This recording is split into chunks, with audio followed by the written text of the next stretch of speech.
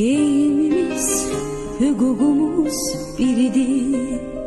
Şagirdidir hamımızın adı da.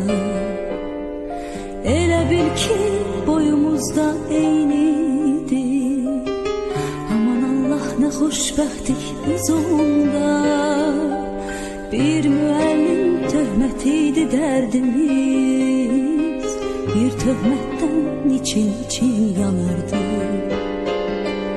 Hələ onda bilmirdik ki bunu biz bir gün necə həsrət ilə anarıq.